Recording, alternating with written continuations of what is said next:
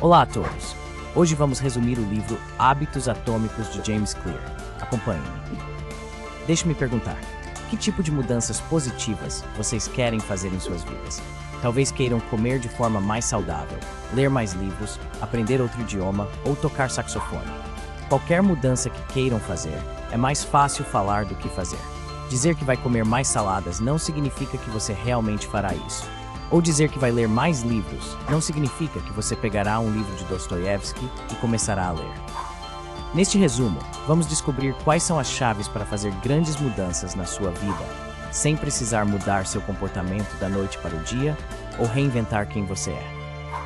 Apenas fazendo pequenas mudanças no seu comportamento e repetindo-as constantemente, elas se tornam hábitos e, como consequência, geram grandes resultados. Isso me leva ao primeiro ponto deste resumo. Pequenos hábitos podem ter efeitos surpreendentes e impactantes na sua vida. Para começar, imagine um avião se preparando para decolar do aeroporto de Los Angeles com destino a Nova York. O piloto faz os cálculos necessários, insere os dados no computador do avião e decola na direção correta. Agora, imagine que antes de decolar, o piloto muda a rota em apenas 3,5 graus, o que é praticamente nada. Durante o trajeto, cruzando os Estados Unidos, o impacto dessa pequena mudança será dramático. No final, os passageiros e os pilotos confusos chegam a Washington, D.C., e não a Nova York. Por que estou contando isso? Porque, assim como os pilotos confusos, muitas vezes não percebemos as pequenas mudanças em nossas vidas. Pequenas mudanças têm um impacto imediato. Se você não está em forma hoje e corre 20 minutos amanhã, ainda estará fora de forma. Da mesma forma, se você comer uma pizza hoje, não engordará da noite para o dia. Mas se repetir esses comportamentos dia após dia, suas decisões se multiplicarão em grandes resultados. Se você comer pizza todos os dias até o final do ano, vai ganhar peso. O mesmo acontece se você correr 20 minutos todos os dias. Eventualmente, estará mais magro e em forma. Embora no momento as mudanças não sejam perceptíveis, elas já estão acontecendo. A conclusão é que pequenos hábitos, bons ou ruins, terão um grande impacto na sua vida, mesmo que você não veja os resultados imediatamente. Esse é o problema que vejo com meus clientes. Eles fazem o que eu recomendo por 2 ou 3 semanas, e como não veem um impacto significativo, ficam desapontados. Se isso acontecer com você, recomendo que se concentre em aperfeiçoar o dia a dia, e não nos resultados. Suponha que você tenha um pouco de dinheiro no banco e todo mês economize um pouco. Os resultados das suas economias não serão muito bons no curto prazo, mas você pode confiar que está no caminho certo se continuar fazendo o que está fazendo. Mês após mês, ano após ano, você verá mudanças significativas. Quando a falta de progresso te fizer se sentir mal, lembre-se de que está fazendo as coisas certas e se movendo na direção correta. Agora, a pergunta que você deve estar se fazendo é: como me coloco nessa trajetória? Bem, você precisa criar hábitos, e vou te dizer como fazer isso no próximo ponto. Isso me leva ao próximo ponto mais importante deste resumo. Os hábitos são comportamentos automatizados que aprendemos por experiência. Quando você entra em um quarto escuro, não pensa no que vai fazer. A primeira coisa que faz é procurar o interruptor de luz. Esse é um hábito, um comportamento que você repetiu tantas vezes, que agora faz automaticamente. Hábitos como esse dominam nossas vidas, desde escovar os dentes até dirigir um carro.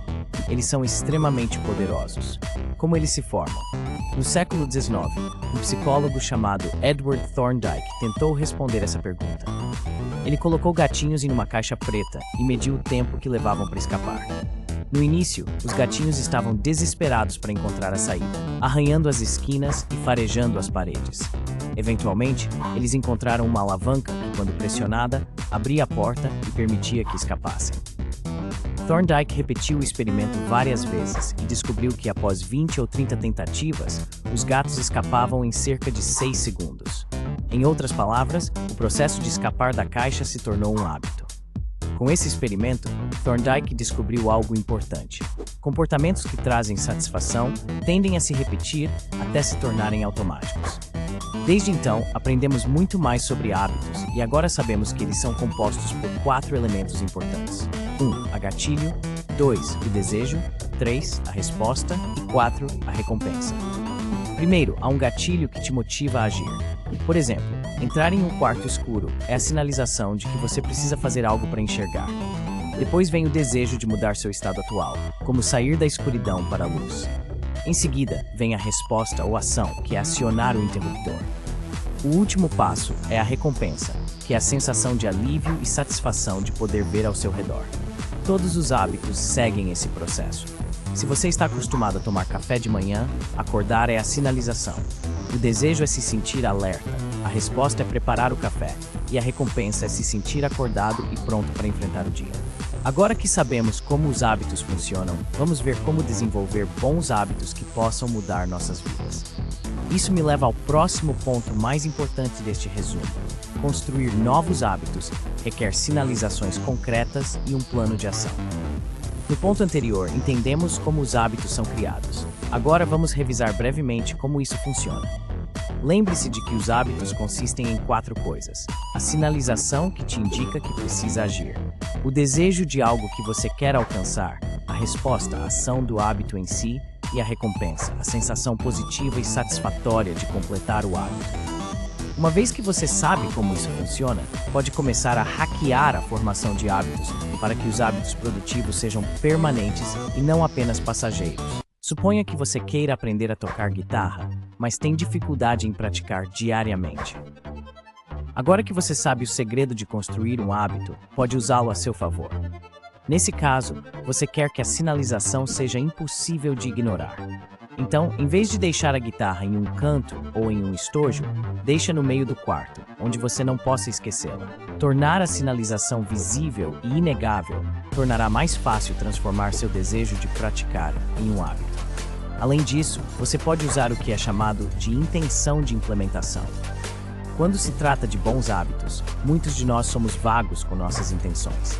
Dizemos, vou comer melhor, ou vou aprender a tocar guitarra, e esperamos que isso aconteça. A intenção de implementação nos ajuda a ir além da intenção, dando um caminho claro de ação. Por exemplo, em vez de dizer que vai praticar guitarra esta semana, diga: na segunda, quarta e sexta, quando o alarme tocar, a primeira coisa que vou fazer é tocar guitarra por 1 hora. Ao implementar intencionalmente, você se dá um caminho claro e uma sinalização óbvia que facilitará a criação de um hábito positivo. Agora você deve estar se perguntando: isso realmente funciona na prática? A resposta é sim, e para ilustrar isso, vamos ver o trabalho da Dr. Annie Thorndike, uma médica de Boston.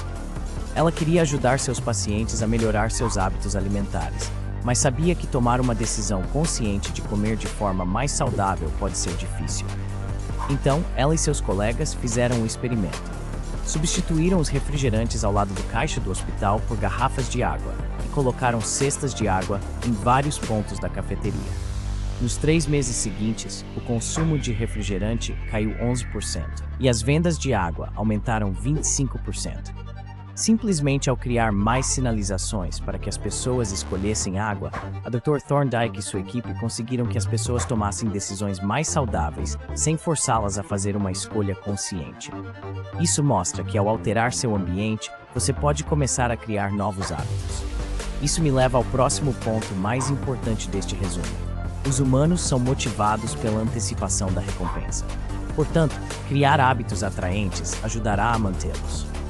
Em 1954, os neurocientistas James Olds e Peter Milner fizeram um experimento para entender o desejo do ponto de vista da neurociência. Eles usaram eletrodos para bloquear os neurotransmissores em ratos e descobriram que, sem dopamina, os ratos perdiam a vontade de viver. Eles não comiam, bebiam ou se reproduziam, e em poucos dias morriam de sede. Isso nos mostra que a dopamina é fundamental para nossa motivação.